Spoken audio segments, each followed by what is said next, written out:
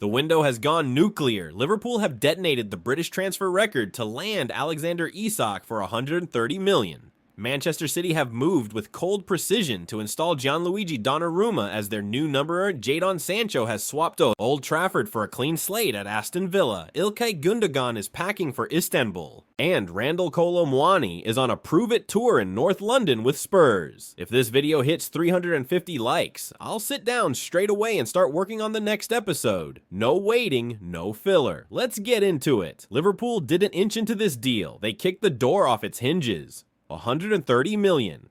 No drip feed negotiations, no death by add-ons, just a statement briefcase on the table and a pen that didn't run out of ink. Isak to Anfield isn't finesse for the highlight reel, it's force. A 6-year bet on a striker who bullies backlines, attacks the box on the half step, and finishes with the kind of economy that makes managers sleep at night. The Swede arrives with 27 goals last season and a spotlight bright enough to blanch concrete. He also arrives with pressure that could crush iron. You don't pay record money for gradual introductions. You start the player, you bend the shape to him, and you live with the weekly verdict. For Arne Slot, it's the ultimate litmus test. Make this work fast, or hear about the price tag every press conference. Context matters. Liverpool were not starving for a 9. Ekitike started sharply, Gakpo can cover the role, and the front line already had profiles to shuffle. But the club chose certainty over patchwork, ceiling over compromise. It's ruthless and it's risky.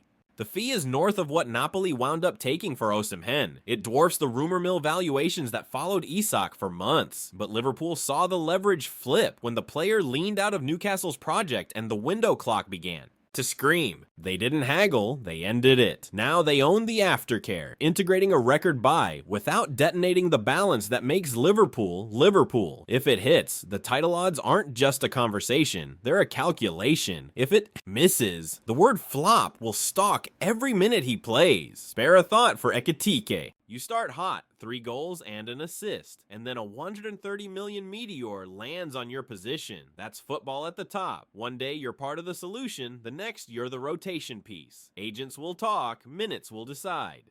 For Liverpool, competition is the point. For Ekitike, the challenge is real. Prove you belong or watch the record man take your minutes. Across Manchester, City have done what City do, solved a gigantic problem with surgical speed. Donnarumma, 26, Champions League winner, Italy's #1, signs through 2030 for around 30 million plus bonuses, less than they once paid for Ederson, with wages that mirror Paris. The dominoes are obvious. Ederson heads for the exit and a new chapter. Donnarumma walks straight into the house Pep built. The questions write themselves.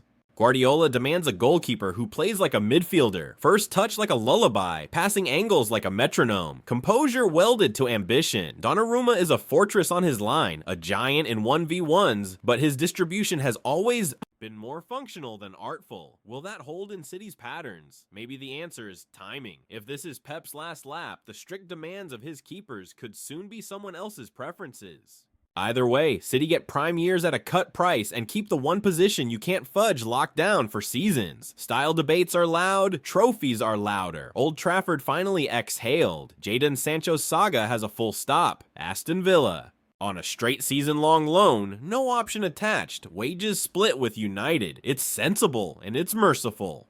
For months, the numbers strangled conversations. 250K per week for a winger who never built rhythm in red. Clubs peaked, ran the maths, and backed away. Villa didn't. Unai Emery has a habit of reconnecting players with their best selves, and Sancho fits the hole on Villa's depth chart like a key. Direct brave, a 1v1 problem when his confidence hums. Exactly what Villa's attack has lacked on off nights. It's still a gamble. 3 years without sustained form is not an accident. It's a pattern. But if there's a manager who can break patterns, it's Emery. If Sancho thrives, the permanent question returns in June. If not, this ends quietly without wreckage. For now, he gets what he needed. A starting Essen, defined instructions, and a crowd ready to believe again. Tottenham, meanwhile, have swerved from the usual blueprint for a very specific reason. Randal Kolo Muani arrives on a 1-year loan from PSG. No option, no obligation. A $5 million rental for a forward who can play anywhere across the line and has lived the Champions League pressure cooker.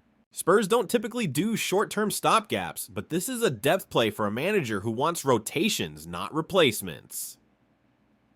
Kolo Muani scored 10 and 22 at Juventus last season and looked set for permanence. Then the sand shifted, PSG stepped away, the market reopened, and Spurs slid through the gap. It's their 8th summer edition, and the clearest sign yet that North London wants to win the Wednesday-Saturday grind with fresh legs and interchangeable parts.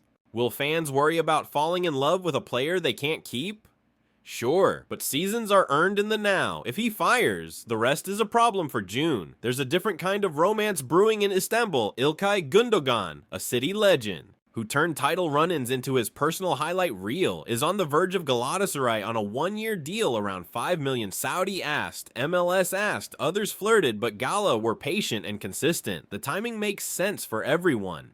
Pep's midfield has turned a page with fresher legs, and at 34, Gündogan's role is no longer the axis, it's the grace note. Turkey's window remains open, the contract framework is there, and sometimes the goodbye is as dignified as the years that came before it. He became the metronome of title deciders. Now he gets a season to be the marquee in a league that knows exactly how to adore its stars. Fenerbahce have their own marquee moment. Marco Asensio arrives on a permanent from PSG for around 8.5 million, a 3+1 contract, and a clean start after a year in which he never fully found Parisian traction. 8 goals in 21 at Villa last spring showed the engine still hums. Istanbul gives him a stage and a responsibility. He'll wear 21, reconnect with familiar faces, and be asked to produce immediately for a club resetting after missing out on the Champions League. It's a smart piece that balances shirt sales with real tactical utility, and Inter have sniffed opportunity in Manchester. Manuel Akanji moves on loan with an option that turns into an obligation if 2 boxes get ticked. Play at least half the matches and win the Scudetto. It's a gentle bet on a defender Guardiola trusts, but no longer needs every week. With Gvardiol the present and a new project in the pipeline, minutes were always going to get tight. Inter's backline needed refreshing yesterday. A Serbi at 37, De Vrij at 33. And Akanji brings plug-and-play reliability for $2 million up front and a $15 million buy price if destiny cooperates. That's not a gamble, that's good business. Loop it back to City and the goalkeeper carousel. Ederson's exit unlocked Donnarumma's arrival, and the logic tracks even if the aesthetics raise eyebrows. Pep's ideal keeper is a quarterback. Donnarumma is a fortress. But 26 is the age you buy long-term solutions, and style can be coached while shot-stopping can't be conjured. If he lifts cups, nobody will remember the compilation clips from August. If he doesn't, the debate writes itself. Loop it back to Liverpool and the weight of a number. Record fees are stories in themselves. They follow a player into every away ground and crawl into every missed chance. Isak's job now is simple and brutal. Score enough that nobody says the number out loud anymore. Slot's job, make the structure deliver him chances he can't miss, while keeping the wide forwards fed and the press coherent. Anfield has loved big money forwards before. It has also eaten them. This is where reputation meets reality. Like if you're enjoying the chaos, 350 and I'll start the next episode immediately. Tell me your calls below. Is Isak a new Anfield icon or an 130-meter headache? Will Donnarumma bend City's style or will City bend to his strengths? Can Emery reboot Sancho into the player United thought they bought? Will Kolo Muani's rental be the difference in Spurs' run-in? And is Istanbul the perfect final act for Gündogan? Subscribe and hit the bell. These last-minute twists don't wait for anyone.